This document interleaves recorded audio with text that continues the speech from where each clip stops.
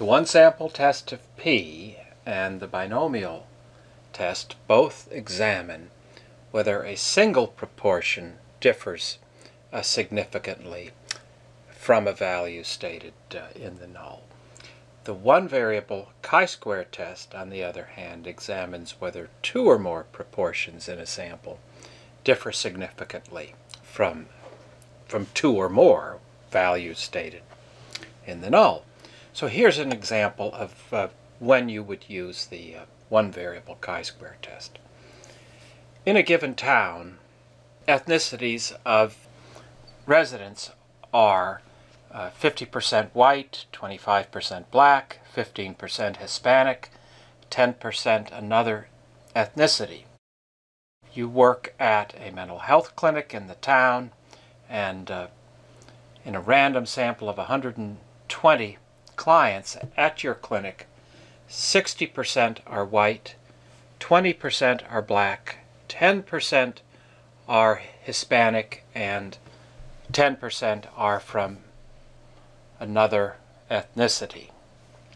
So the percentages served in the sample at your clinic do indeed differ from the percentages in the town. Are these differences large enough that they're unlikely to be due simply to chance? This is the kind of problem that the one-variable chi-square test addresses. In this example, we would formulate the null that in the population of clients served at the clinic, 50% are white, 25% are black, 15% are Hispanic, and 10% are from another ethnic background. In other words, these are the percentages in the town.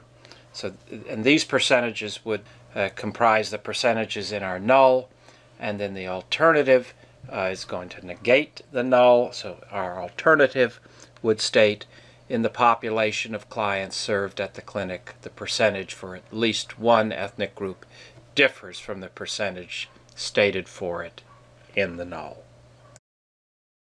Chi-square test is based on the chi-square distribution, and this is probably the most important distribution for tests involving proportions.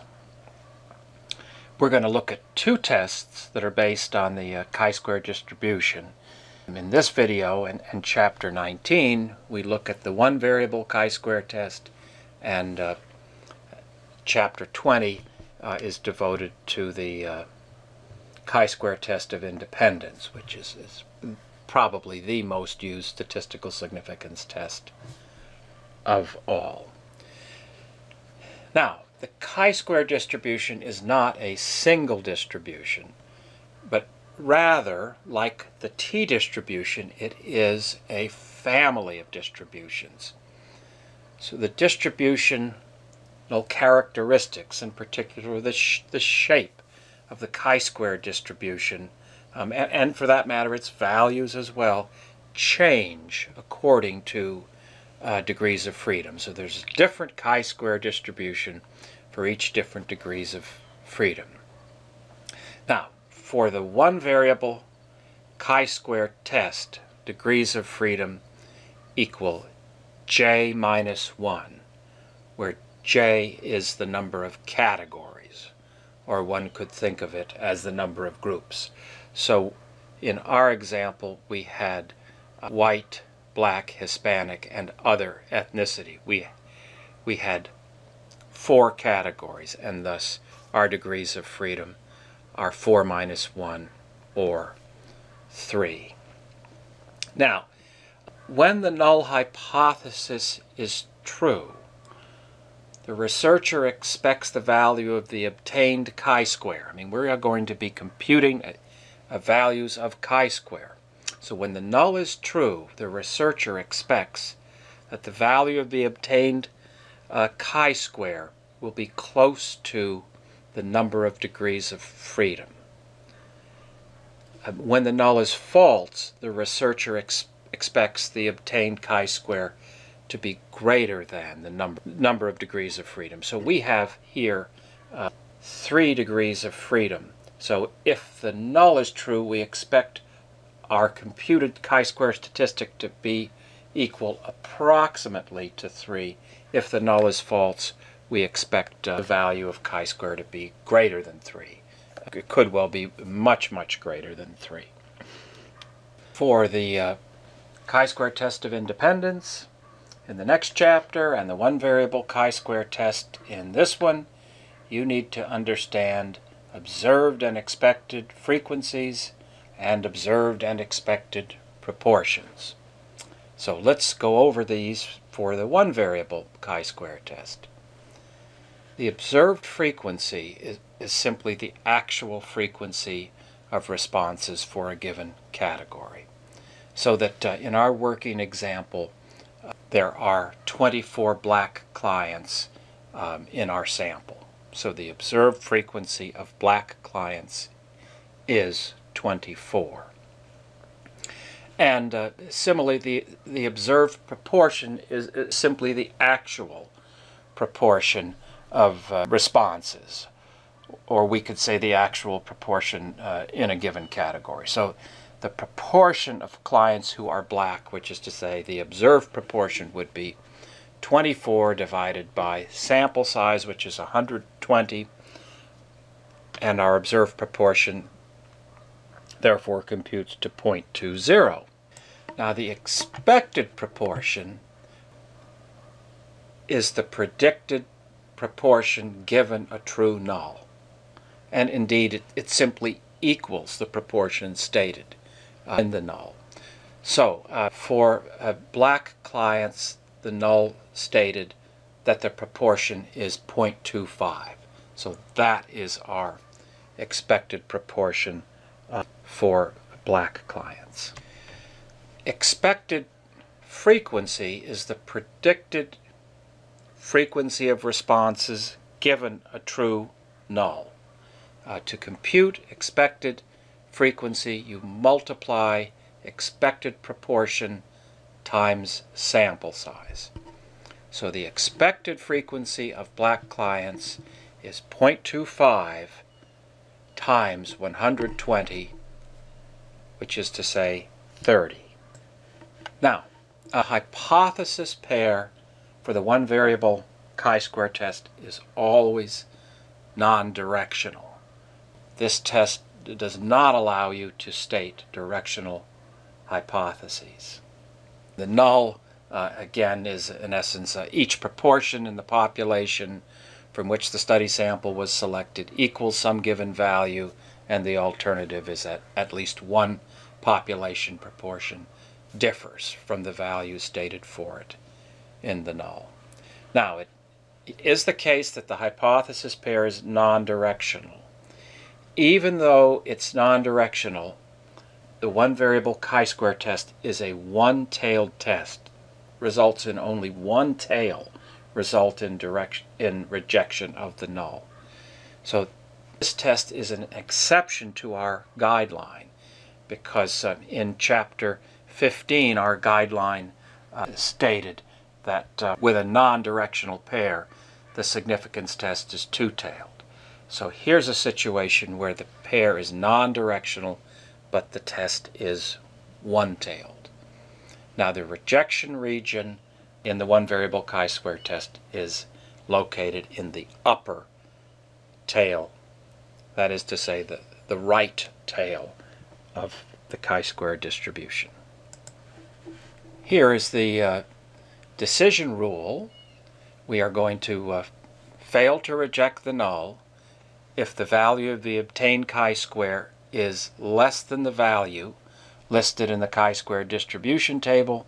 We are going to reject the null if the value of the obtained chi-square is greater than or equal to the value listed in the chi-square distribution table.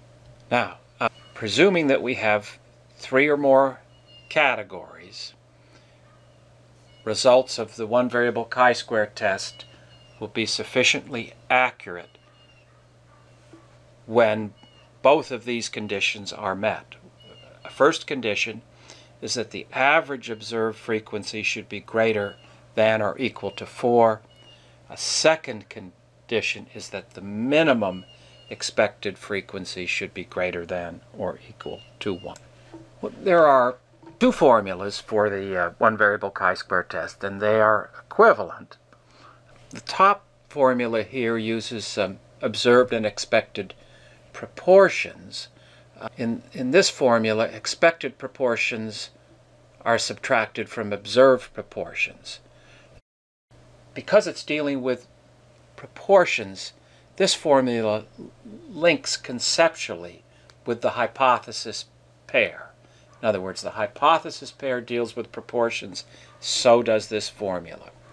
Yet for hand calculation, the second formula works better, and the second formula uses observed and expected frequencies.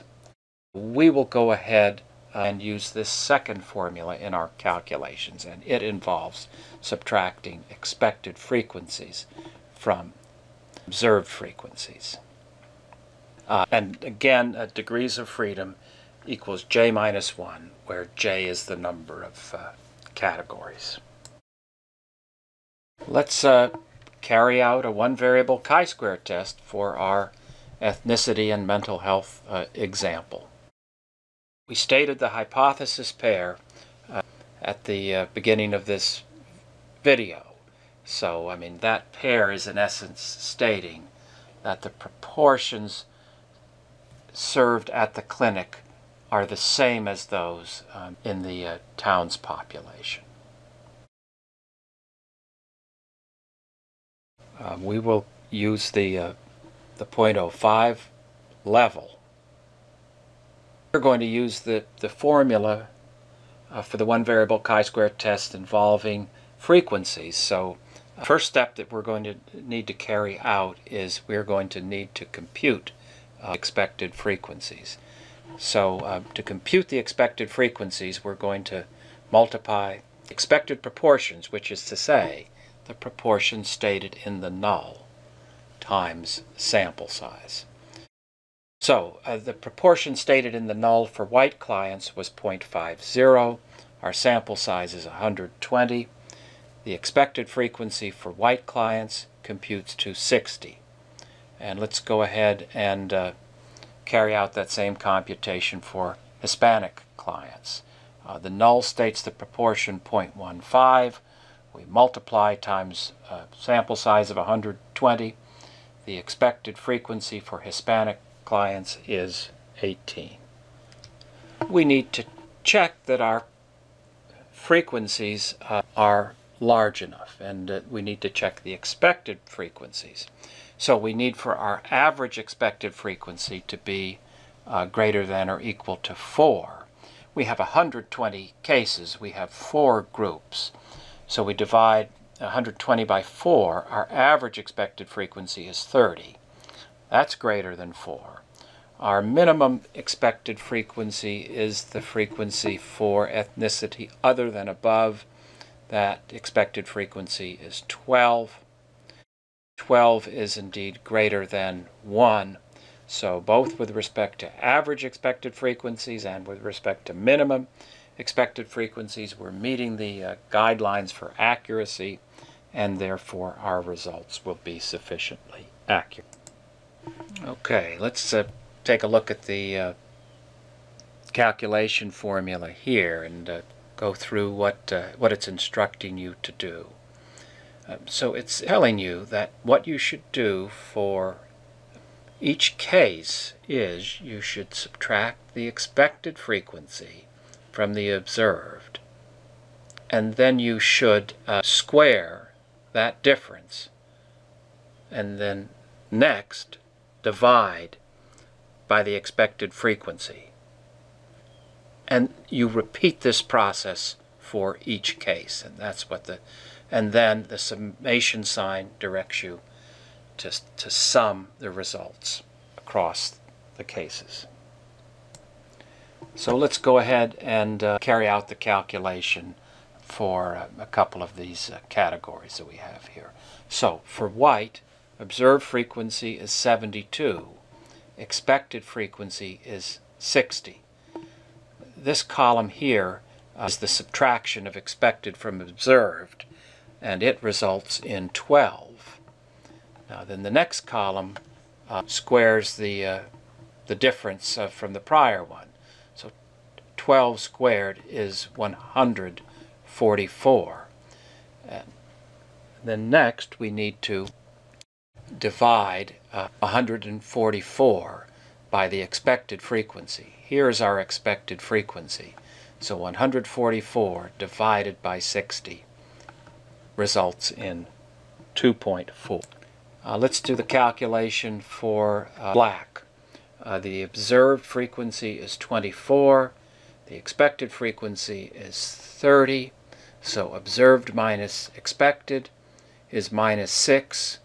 We square minus 6. And negative squares are always going to result in positives. And that yields 36.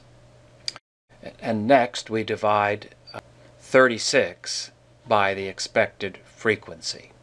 So 36 divided by 30 is 1.2. So, I mean, this total here is 36 for black, and then we divide by 30 the expected frequency to yield 1.2. So this same process is repeated for the 4 groups, because indeed there are 4 groups in our situation, and the final step is the summation. So 2.4 plus 1.2 plus 2.0 plus 0 sums to 5.60. So our obtained chi-square equals 5.60. As has been mentioned previously, we have 3 degrees of freedom. Next step is to consult the chi-square distribution table in the back of the book, and that table lists several significance levels. We're using the 0.05 level, and it lists degrees of freedom that would correspond to different chi-square distributions.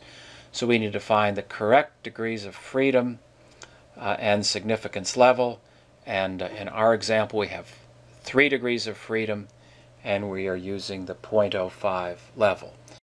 The critical value in the table is 7.81. Now the decision rule calls for us to reject the null if our obtained chi-square exceeds the tabled value. Our obtained chi-square is 5.60. It is less than the value in the table. Therefore, our decision is to fail to reject the null. And in essence, we would conclude that the differences between the percentages in the different ethnic groups in the town population and those percentages in our study sample, that those differences may simply be due to chance alone.